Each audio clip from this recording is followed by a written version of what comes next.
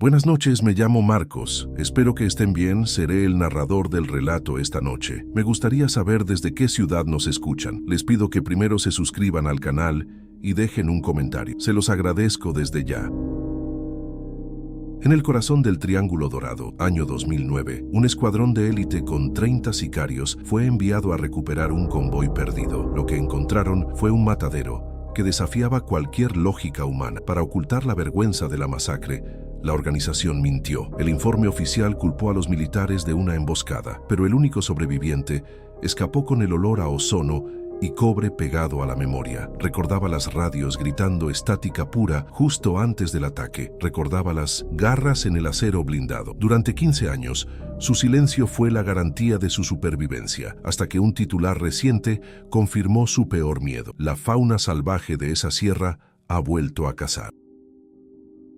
El aire en el corralón de Ciudad Juárez espeso a las 3 de la madrugada, una mezcla de diésel rancio, polvo y el ozono de la subestación eléctrica cercana. Vargas, quien ahora se hace llamar Salas, observa desde la caseta de seguridad. El vidrio sucio distorsiona las luces de los tráileres y las grúas estacionadas, cadáveres de metal esperando juicio. Han pasado 15 años desde la sierra, pero su cuerpo no lo sabe. Sigue operando en turnos de vigilancia eterna, incapaz de aceptar la paz de este purgatorio fronterizo. El zumbido de la lámpara fluorescente sobre su cabeza es el único sonido constante, un ruido blanco que apenas logra ahogar los ecos de aquel 2009. Su trabajo es simple, asegurarse de que nada entre y nada salga, una ironía que no se le escapa. Antes de continuar, suscríbete y cuéntanos desde qué parte de México o del mundo estás viendo esto. Esta chamba en el lote de remolques no fue un accidente, fue una elección calculada. El anonimato entre los despojos de la carretera, un lugar donde nadie hace preguntas, donde el pago es en efectivo y donde la única interacción humana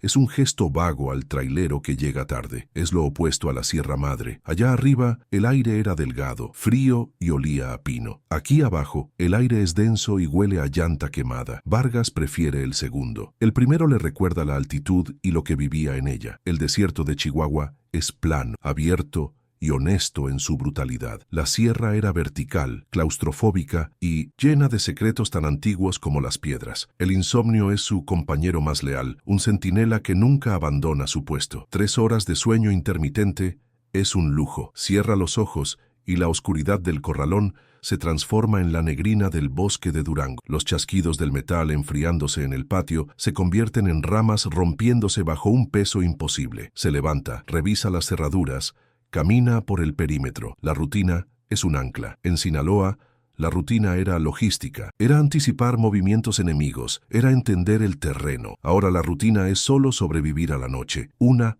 y otra vez. El miedo lo mantiene despierto, pero también lo mantiene vivo. Él nunca fue un soldado de gatillo fácil. En la estructura del cártel de Sinaloa de 2009, Vargas era un especialista, un hombre de logística y rastreo. Su valor no estaba en su capacidad para matar, sino en su habilidad para leer mapas, predecir emboscadas y mover cargamentos valiosos a través de territorio hostil. Era un hombre que entendía la geografía del peligro, sabía cómo pensaba un rival, sabía cómo se movía un convoy militar. Lo que no sabía, lo que nadie en el cártel sabía, era cómo rastrear algo que no se movía como un hombre, algo que trataba a los sicarios fuertemente armados como ganado. La cicatriz bajo su camisa es un mapa del infierno. Comienza en el hombro izquierdo y desciende en diagonal hasta la cadera derecha. Un surco profundo, pálido contra su piel. No fue una bala, no fue un cuchillo, fue un solo golpe. Un revés que lo lanzó 10 metros y rasgó el Kevlar, la tela y la carne como si fueran papel de seda mojado. Los médicos en Juárez que le cosieron la espalda, pagados con la lana que robó, preguntaron si había sido un accidente de maquinaria pesada. Vargas solo asintió. La cicatriz pica cuando el aire está seco, un recordatorio constante de que sobrevivió por pura suerte, no por habilidad. Huir del cártel fue, en muchos sentidos, más aterrador que el encuentro en la sierra. El lobo era una fuerza de la naturaleza, pero el cártel era una organización. Tenía ojos en todos lados. Robar un vehículo y desaparecer después del incidente fue una sentencia de muerte. Durante los primeros 5 años en Juárez, cada camioneta que reducía la velocidad cerca de él, cada mirada que duraba demasiado, era un potencial levantón. Vive bajo 2 sombras, el miedo a que el cártel lo encuentre por su traición y el miedo paralizante de que aquello también recuerde su rostro. El aislamiento es su única armadura viable. No tiene amigos, no habla con vecinos. Los otros guardias del turno de día lo conocen solo como Salas, el tipo callado que siempre toma los turnos de noche. Esta soledad autoimpuesta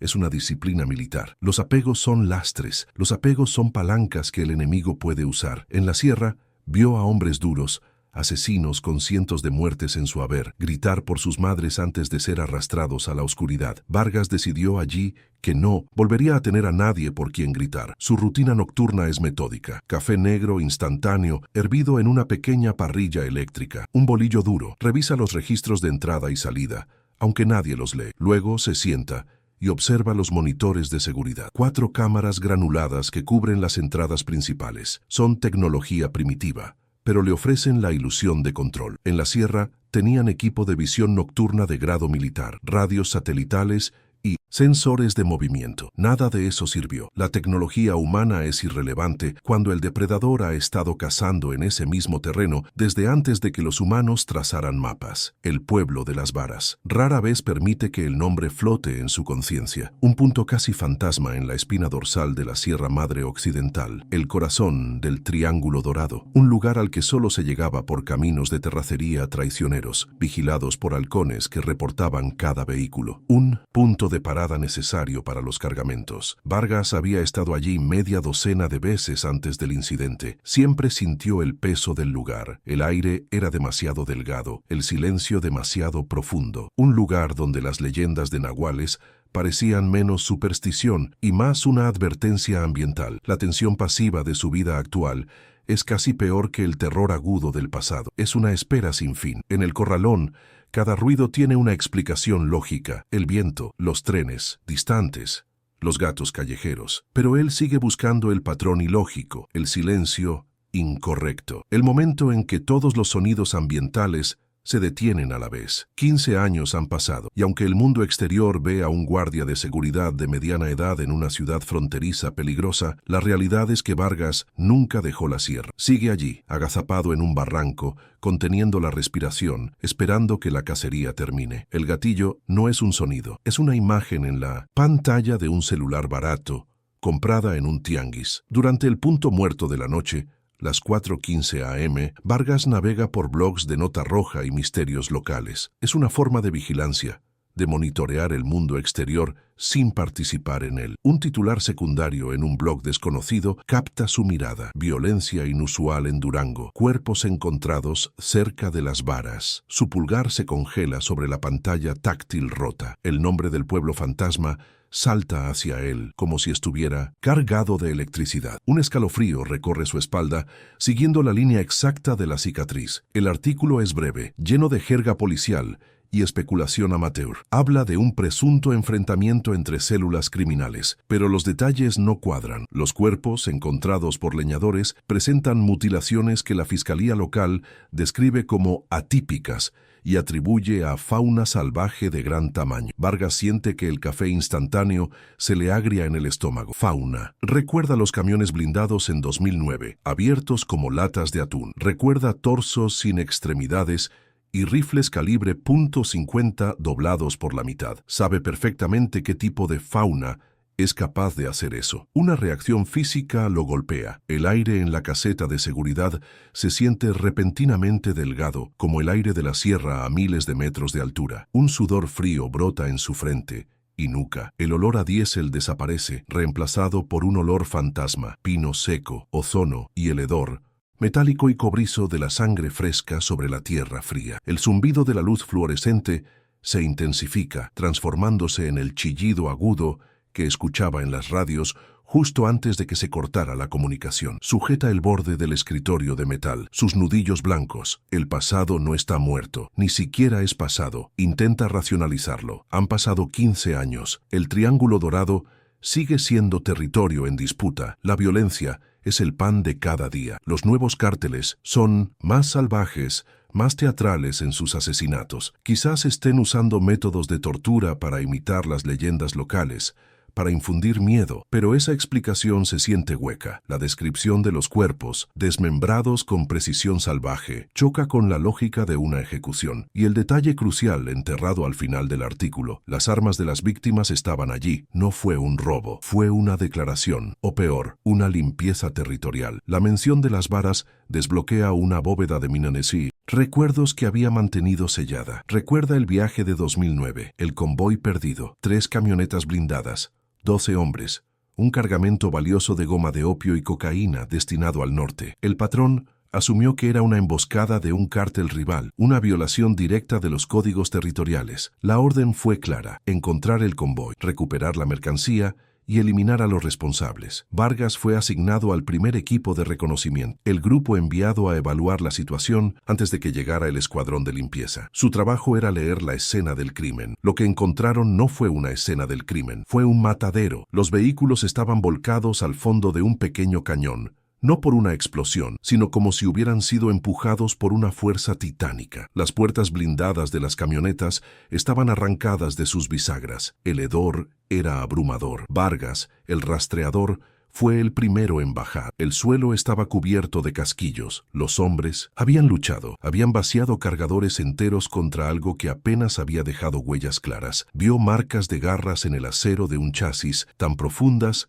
que el metal se había rizado. La culpa, esa vieja compañera, regresa con fuerza. Él sobrevivió. Él huyó, robó una camioneta del cártel y desapareció, rompiendo el único código que importaba. Dejó que la organización creyera lo que quisiera, que había sido una emboscada militar, que los rivales habían usado un explosivo, cualquier cosa menos la verdad imposible. Su silencio protegió su vida, pero ahora, al leer esta noticia, siente que su silencio traicionó a algo más. Permitió que el horror permaneciera sin nombre, sin documentar. Y ahora, con nuevos grupos usando esas rutas, la cacería se había reanudado. El TPT, trastorno de estrés postraumático, es un término clínico que Vargas no conoce, pero vive sus síntomas a diario. El artículo del blog es un gatillo de calibre .50. Las paredes de la caseta de seguridad parecen vibrar. Mira los monitores. La cámara 3, que apunta al lote trasero, muestra una distorsión momentánea, un parpadeo de estática. Su corazón se detiene. En la sierra, la estática era el heraldo. La estática significaba que estaba cerca, que su presencia biológica interfería con la electrónica. Aprieta el botón para cambiar de cámara, su mano temblando visiblemente. Solo es un gato callejero, pero el sudor sigue corriendo. Recuerda la tensión en el campamento base improvisado después de encontrar el convoy destruido. Los sicarios, hombres curtidos en docenas de enfrentamientos, estaban inquietos. Habían visto violencia extrema, pero esto era diferente.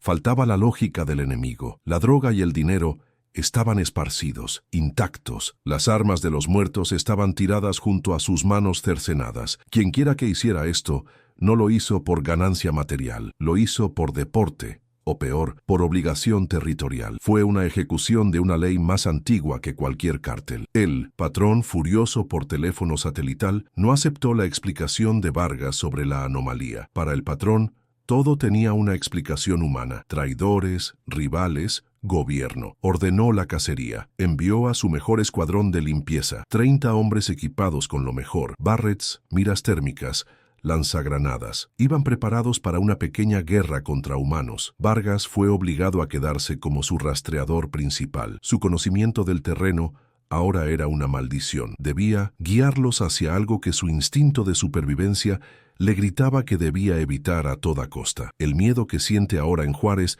no es solo por su seguridad, es un miedo existencial. El artículo del blog es una prueba de que la criatura, el lobo, como lo llamaron, o el padre de la cacería, como susurraban los pocos ancianos de las varas, no fue un evento único, no fue una aberración aislada provocada por sus acciones en 2009, es una constante, es parte de ese territorio, y el cártel, en su sucinta arrogancia por controlar el Triángulo Dorado, simplemente había vuelto a tocar el avispero después de 15 años de relativa calma. Los ancianos de las varas. Ahora piensa en ellos, hombres y mujeres viejos como el mezquite seco, que se encerraban en sus casas de adobe al atardecer. Nunca hablaban con los sicarios. Sus ojos estaban vacíos de miedo, llenos de una resignación terrible. Ellos no veían, no oían, no hablaban. Los del cártel pensaban que era por miedo a ellos. Vargas ahora entiende. Era miedo, sí, pero no a sus camionetas blindadas ni a sus cuernos de chivo. Era el miedo a la cosa que los sicarios habían despertado. Un miedo generacional. La sospecha de que algo que debía estar muerto ha vuelto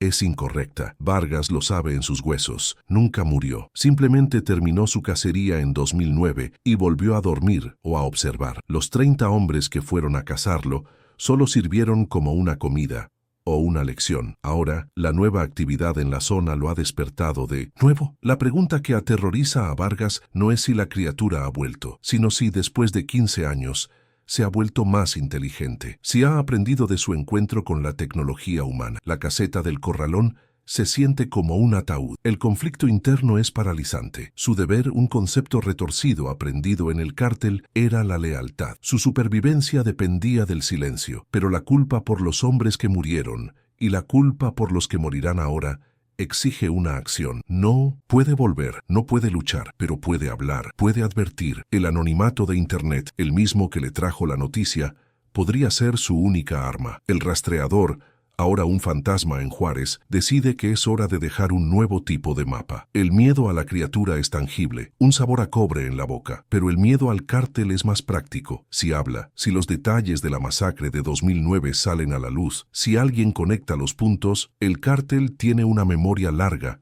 y recursos ilimitados. Descubrirían que Salas es Vargas, y esta vez no enviarían un escuadrón, enviarían a un solo hombre para borrarlo discretamente. Su vida actual depende de ser invisible, pero el artículo del blog acaba de encender un reflector sobre su escondite mental. Vargas lee el artículo una vez más. Mutilaciones atribuidas a Fauna. Una mentira oficial. La misma mentira que el cártel usó para explicar la pérdida de 30 de sus mejores hombres. Lo llamaron un operativo militar fallido, culpando a los marinos. El silencio institucional. El gobierno mintiendo para evitar el pánico. El cártel mintiendo para evitar mostrar debilidad. Y en medio de esas mentiras, la criatura seguía existiendo. Impune, real. El silencio, se da cuenta Vargas, es el verdadero enemigo. El silencio es el caldo de cultivo donde prospera el horror. La memoria de las primeras 24 horas de la cacería de 2009 regresa sin filtro. 30 hombres, incluido Vargas,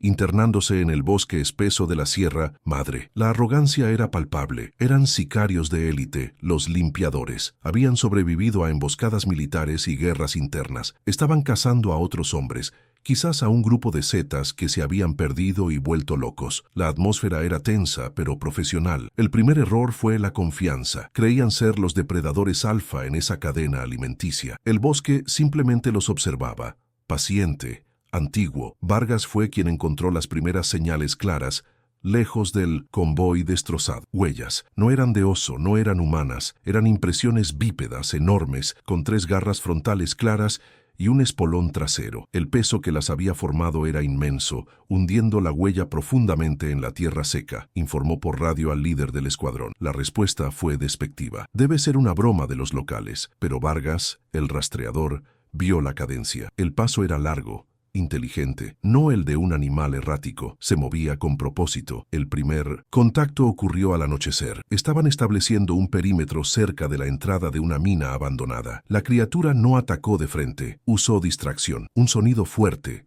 como un árbol cayendo, a 200 metros al este. El equipo giró, las armas apuntando. Fue entonces cuando golpeó desde el oeste, desde la retaguarda. No hubo disparos, solo un grito ahogado, un sonido de tela y carne rasgándose y el arrastrar de algo pesado hacia la oscuridad. Cuando iluminaron el lugar, solo quedaba un radio, su luz verde parpadeando y una mancha oscura en la hojarasca. La noche se convirtió en un infierno de sonido y confusión. El líder del escuadrón, un hombre brutal llamado Toro, ordenó fuego de supresión hacia la oscuridad. El estruendo de los rifles de asalto y una ametralladora ligera M60 rasgó el silencio de la sierra. Gastaron miles de municiones en sombras. Cuando cesaron el fuego, el silencio que regresó fue peor. Estaba lleno de un nuevo sonido, un gruñido de baja frecuencia, casi inaudible, que parecía venir de todas partes a la vez.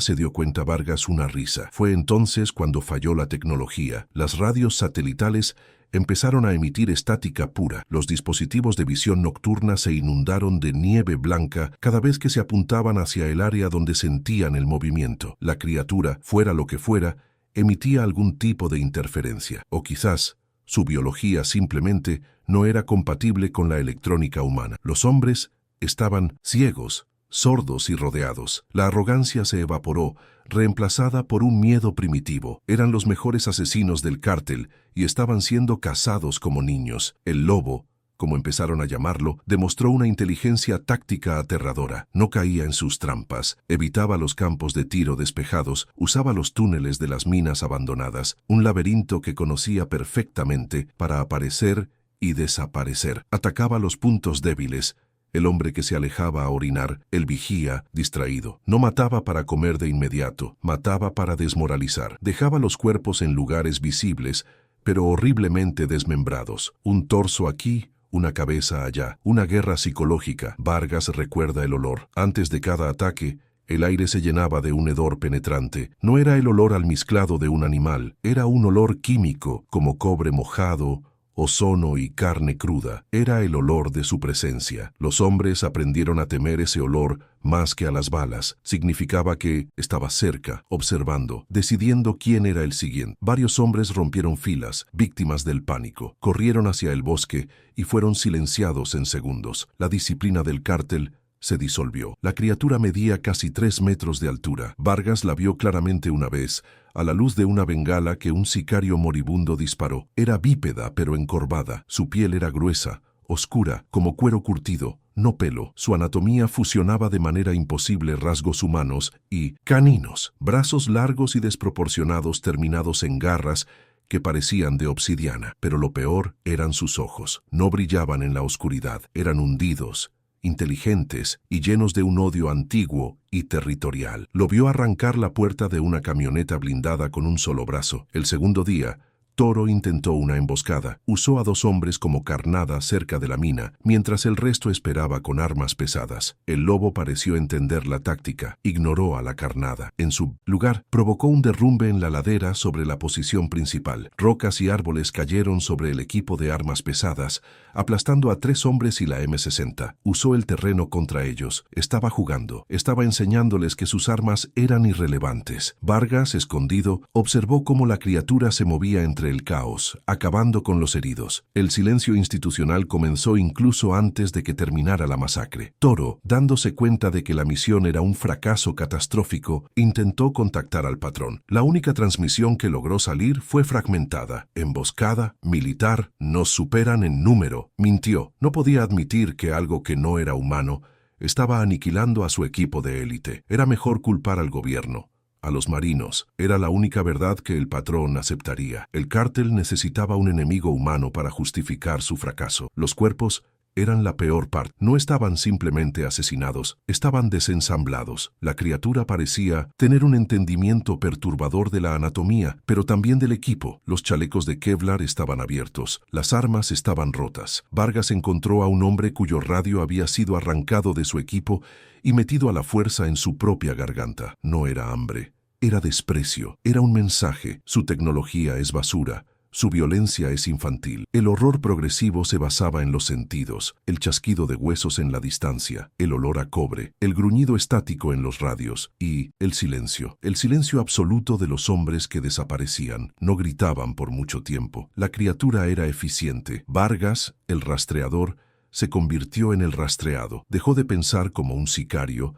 y empezó a pensar como un animal asustado. Buscó cobertura. Se movió solo cuando la criatura estaba ocupada en otro lugar. Su única habilidad ahora era esconderse. De los 30 hombres, solo 2 salieron vivos de ese bosque. Vargas y otro sicario, un joven llamado Miguel, que estaba catatónico y sangraba por una herida en el pecho. Vargas lo arrastró durante el último día, aprovechando que la criatura parecía haberse retirado después de matar a Toro. El padre de la cacería había hecho su declaración. El territorio había sido limpiado de la infestación humana. Había ganado. Miguel murió 3 días después en una casa de seguridad en Culiacán. Murmuraba sobre los ojos. No eran ojos de bestia, Vargas. Eran ojos de general. Sabía lo que hacíamos. El cártel tomó el informe de Toro sobre la emboscada militar como el evangelio. Enterraron la historia. Declararon las varas como territorio perdido, demasiado caliente por la presencia militar. La mentira se convirtió en la historia oficial. El lobo, el padre de la cacería, fue borrado de los registros. El trauma de Vargas no era solo el miedo, era el conocimiento. Sabía que el ápice de la violencia criminal humana, el cártel más poderoso del mundo, no era nada comparado con las fuerzas antiguas que guardaban esos territorios. Su supervivencia fue un accidente que la criatura permitió. Se llevó esa verdad consigo, un veneno en su memoria. Huyó, no solo del cártel, sino del conocimiento de que el mundo era mucho más antiguo y salvaje de lo que la humanidad creía. La criatura no era mística, concluyó Vargas. No era un espíritu, era biológica, un depredador evolutivo perfectamente adaptado a ese entorno específico, un guardián territorial que había coexistido con los humanos locales durante siglos, siempre y cuando no invadieran su espacio. El cártel, con su tecnología, sus armas y su arrogancia, había cruzado una línea, habían invadido su hogar, y el lobo les enseñó, con una fuerza brutal y una inteligencia militar, por qué esa era una mala idea. Vargas, en su caseta de Juárez, siente el mismo frío de la sierra. El artículo del blog es la prueba. La lección no se aprendió. El silencio institucional, tanto del gobierno como del cártel, permitió que la amenaza se mantuviera. 15 años después, nuevos jugadores ignorantes de la historia estaban cometiendo el mismo error, y la criatura, herida pero viva, quizás habiendo enseñado a otros, estaba despierta. La cacería se reanudaba. La culpa de Vargas es por su silencio. Sobrevivió porque era un buen rastreador y un cobarde aún mejor. Se escondió mientras sus compañeros eran masacrados. Ahora, ese mismo silencio que lo mantuvo vivo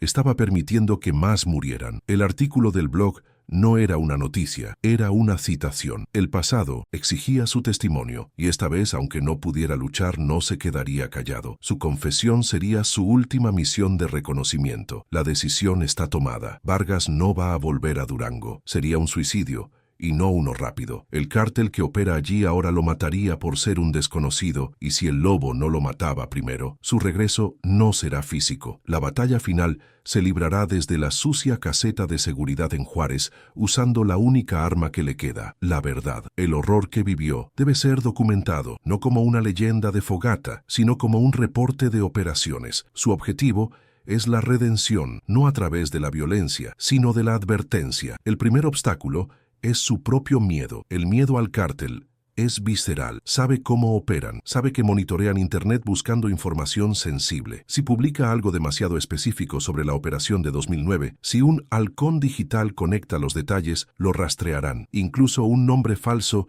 y una vida anónima no son suficientes. El cártel tiene recursos que la policía envidiaría. Exponer el fracaso del patrón de 2009 es una ofensa capital. Su paranoia es su mejor defensa. Le dicta cómo proceder. Necesita un conducto. No puede ser la prensa convencional. Lo descartarían como un lunático. No puede ser la policía. Lo arrestarían por su pasado o lo entregarían al cártel. Debe ser alguien del inframundo digital, alguien que ya esté buscando este tipo de verdades. Su investigación comienza en el mismo celular, barato, usando el Wi-Fi público de una tienda Oxxo, lejos de la red del Corralón. Busca Misterios Durango, Leyendas Sierra Madre, Criptozoología México. El algoritmo le devuelve docenas de canales de YouTube y blogs. Encuentra uno, Cazador de Sombras, un bloguero local de Chihuahua, especializado en misterios fronterizos y actividad paranormal en el norte de México. Su tono es serio, no sensacionalista. Parece más un investigador que un creyente. Es el equilibrio perfecto. Es lo suficientemente pequeño como para no estar en el radar del cártel, pero lo suficientemente dedicado como para tomarse la información en serio. Vargas encuentra una dirección de correo electrónico encriptada, usada para recibir pistas anónimas. Este será su confesor. Comienza a redactar el correo. No lo escribe en la caseta. Lo escribe en un cibercafé ruidoso en el centro,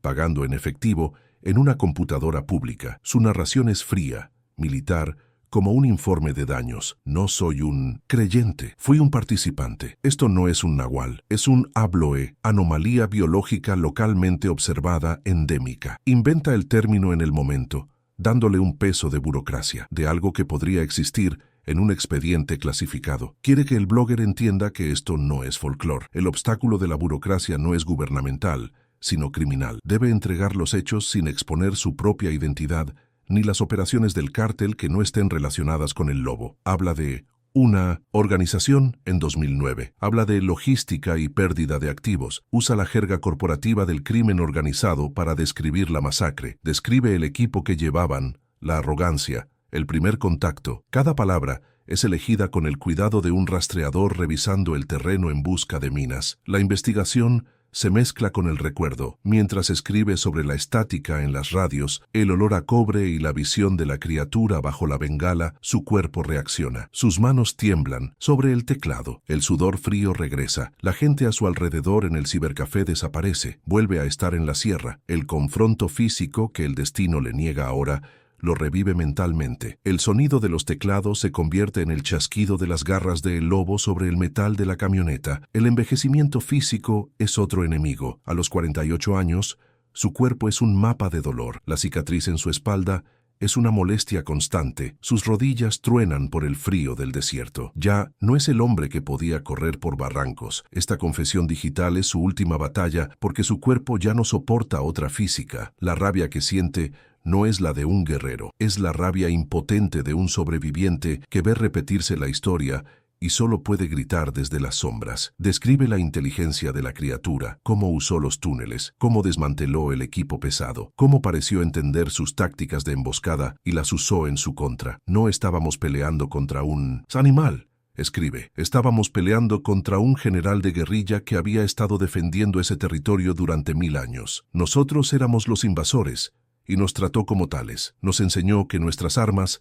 eran juguetes ruidosos. Este detalle es crucial. El blogger debe entender que la amenaza no es la fuerza bruta, sino la mente que la dirige. La vigilancia gubernamental es un riesgo menor, pero real. Si su correo es interceptado por alguna agencia de inteligencia que monitorea el tráfico de palabras clave como cártel o masacre, podría traer problemas, pero es un riesgo que debe correr. La verdad de lo que pasó en Las Varas es más importante que su seguridad personal. Su vida en Juárez ya no es vida, es solo existencia. Esta confesión le da, por primera vez en 15 años, un sentido de propósito, aunque sea terminal. Describe la huida, cómo sobrevivió escondiéndose, no luchando, cómo el cártel encubrió la verdad, culpando a los militares, el silencio institucional. La organización mintió para proteger su orgullo, teclea. El gobierno, si lo supo, mintió para evitar el pánico. Y ahora, sus nuevas notas en el blog prueban que el silencio solo alimentó a la bestia. Nuevos hombres están muriendo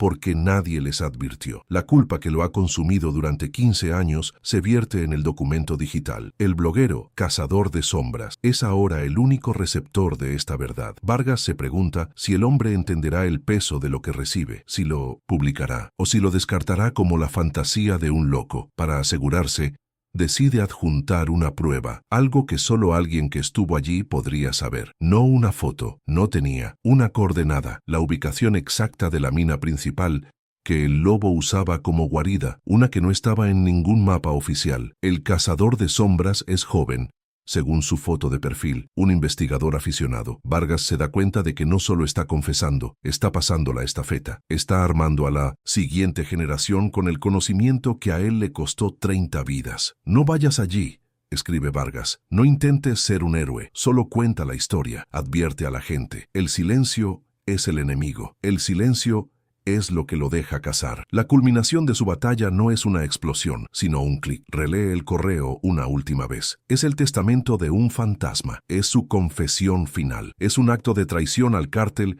y un acto de penitencia por sus compañeros caídos. Presiona enviar. El correo desaparece en la red. Vargas se desconecta, paga su hora en efectivo y sale del cibercafé al sol abrasador de Juárez. Se siente más ligero, pero también completamente expuesto. La batalla ha terminado. Ahora comienza la paranoia. De regreso en el corralón, cada auto que pasa lento por la calle es una amenaza. Cada llamada desconocida a la oficina es un posible rastreo. Sabe que el cazador de sombras probablemente intentará contactarlo, pero Vargas no responderá. Ya dijo lo que tenía que decir. Destruye el chip del celular barato y lo tira a un contenedor de basura a kilómetros de distancia. Borró su rastro digital lo mejor que pudo. Ahora es, de nuevo, solo Salas, el guardia nocturno, se pregunta sobre la criatura. 15 años. ¿Tuvo crías? El artículo del blog mencionaba cuerpos, plural. ¿Estaba el lobo entrenando a una nueva generación? La idea de que la criatura se haya reproducido, expandiendo su territorio o sus tácticas, es una revelación perturbadora que lo golpea solo ahora. Su advertencia podría llegar demasiado tarde. Quizás ya no sea un solo padre de la cacería, sino toda una familia. El Triángulo Dorado podría estar infestado. La revelación más brutal es para él mismo. Se da cuenta de que su huida en 2009 no fue solo supervivencia, fue un acto de propagación. Él se llevó el miedo de la sierra, pero también se llevó la lección. El lobo le enseñó que la humanidad no era el ápice. Ahora, al enviar ese correo, Vargas se ha asegurado de que esa lección sea aprendida por otros. Ha infectado al bloguero con la misma verdad que lo ha mantenido prisionero en Juárez. El enfrentamiento final no fue con la criatura, sino con su propio legado de silencio. Al hablar, ha roto el juramento no dicho del sobreviviente: olvidar para seguir viviendo. Ahora recuerda para que otros puedan vivir. Su vida en el corralón, antes un purgatorio, ahora se siente como una sentencia de muerte. Está esperando la bala del cártel o el eco de la sierra. No sabe cuál llegará primero. Su confesión es un acto de desesperación. No espera salvar al mundo, solo espera salvar a algunos,